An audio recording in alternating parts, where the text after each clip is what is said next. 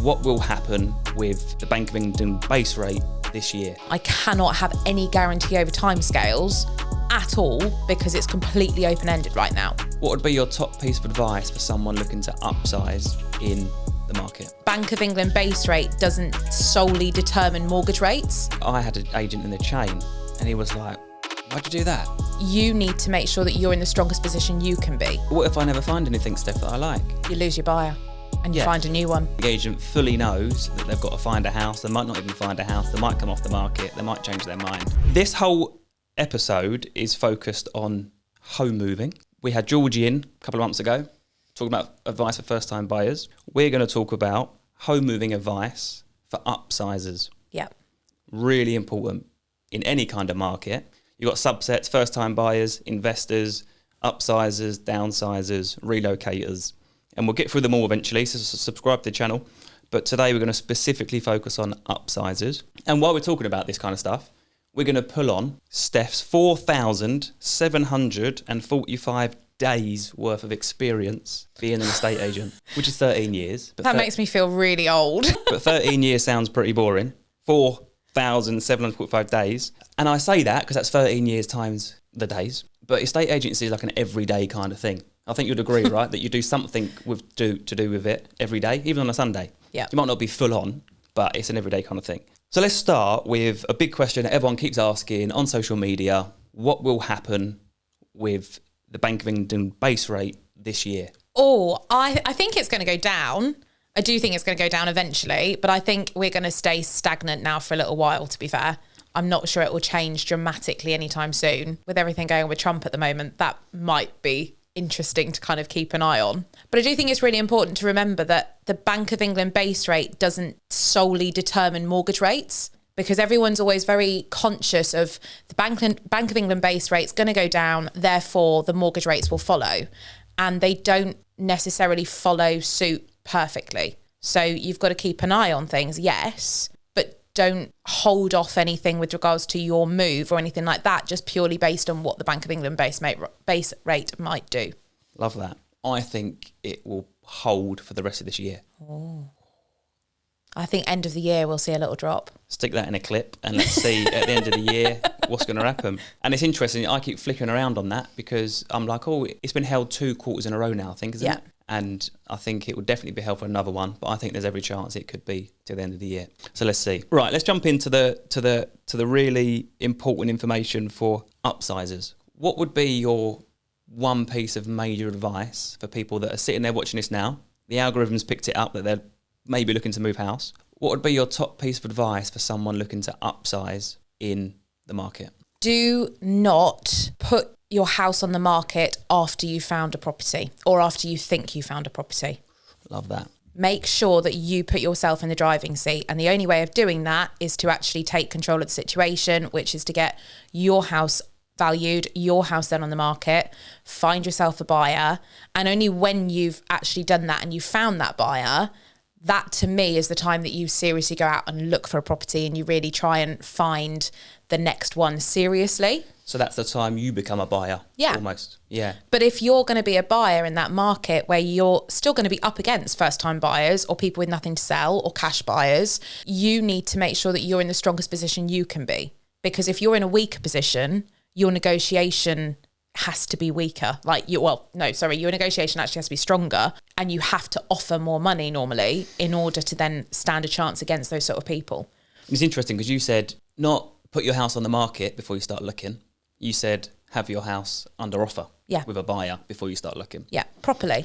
Look on Rightmove. You can do your research. You can have a bit of a scan, but don't actively go and look at things that you potentially could fall in love with until you're in a position to buy them. But what if I never find anything, Steph, that I like? Well, you're never going to if you're not in a position to buy it. So it's a really interesting point, and we get that a lot, right? As in, I won't go on the market until I found a house to buy. We say, you're probably never going to find a house to buy without going on the market and getting under offer. And they say, but what if I have a buyer for my house and I don't find anything I want to buy? What would be your reply to that? You lose your buyer and you find a new one. Nice. You've lost nothing by doing it that way. In order for you to find a buyer again, you don't pay more fees, you don't pay anything extra, you don't put yourself out of pocket or anything really by just having to find someone new. And harsh as that is potentially from a buyer's perspective, and horrible as it might sound, you have to be quite selfish in these situations. You have to look after number one. Well, I don't think it's horrible at all, as long as it's made crystal clear to the buyer from the outset that there's a chain. And absolutely. that's what agents don't do, right? Yeah. They're like, oh yeah, they're really keen to move and they want to be moved by the end of July. When in reality, that's complete crap. Yeah. And the agent fully knows that they've got to find a house. They might not even find a house. They might come off the market. They might change their mind. So I don't think it's bad at all, as long as, like, for example, good practice, good advice for somebody who can go on the market. On our property details, when we advertise them, we always put the seller's position in the description. We're probably one of the few that do that in the market.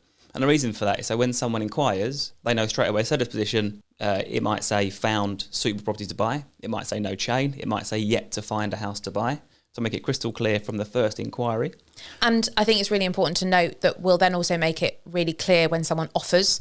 So it's like reinstating that fact as well of if you've got a timeline that you have to work towards and you have to stick to. I had one recently where they offered on a property where the seller needed to find somewhere. So it was an open-ended chain and the buyer was very much saying to me, but I need to be in the next couple of months.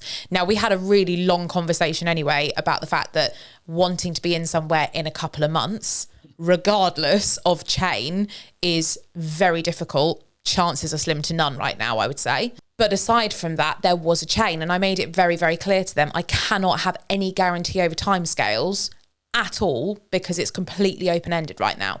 Now, that buyer didn't proceed, but I'd rather they didn't proceed there and then in that moment than us get a month down the line and then they end up in a situation where they pull out again. Like, there's no point. Because you said the seller was really keen to move. Yeah. Like, have it so much that someone calls up and says, oh, I'm really frustrated. I was told they were really keen to move and I've just pulled it off the market. And it was just wrong advice. Yeah. You would rather go through 2 or 3 buyers to get to the right one than just jump at the first one. Yeah. Keep them on a string. Yeah, interesting. And that way, if a buyer does then pull out at a later date, that's completely their choice, completely on them. Like, as a seller, you've not done anything wrong. As an agent, we've not done anything wrong. It's totally their decision. I've put deals together in the past where it's like, you know, that's accepted, but you should keep looking for a house. And if you find something you can move on quicker, you should probably move on it that you like just as much. The seller's happy for me to say this to you. We've agreed it. They will do all they can to make their purchase happen and find a house to buy, but they can't guarantee it. So heads of terms, I guess, are agreed, but nothing set in stone. No surveys are being done.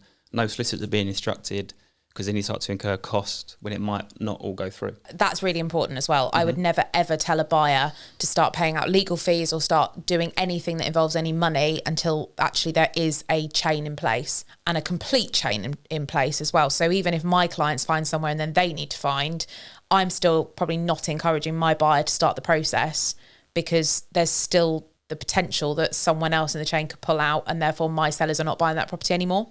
So, well, we go as far as to not even send memorandums, right? Yeah.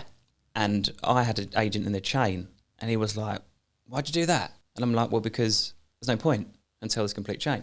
And he's like, yeah, but we're always told to get the buyer committed early on, get them to get their survey done ASAP, so they're into it for £1,500, then they're less likely to pull out later down the line. Was that a big corporate agent by any chance? It was indeed, yeah. So, and I said to him, that's exactly why we don't do it, because then the emotion and the cost and everything is just a train wreck, and that's why you've got so many bad reviews and we've got so many great ones. You're trapping someone by doing that. You're literally trapping them into buying. And that's not fair. I think it's fine to trap as long as you're trapping ethically. I was just about to use the same word, which sounds really backwards. I don't think you can trap ethically, but I know what you're trying to say. Yeah, you can say, Mr. Buyer, you're welcome to get your survey done if you want to have that early on, but please do so in the understanding that the chain is not complete and it may never be. Yeah, it's on their head, it's their risk, not someone else's. That's totally different to your offer's accepted, great news, the seller's out this weekend, there's 5 houses they think they're about to buy, get your survey done, instruct your solicitor, it's just a nightmare.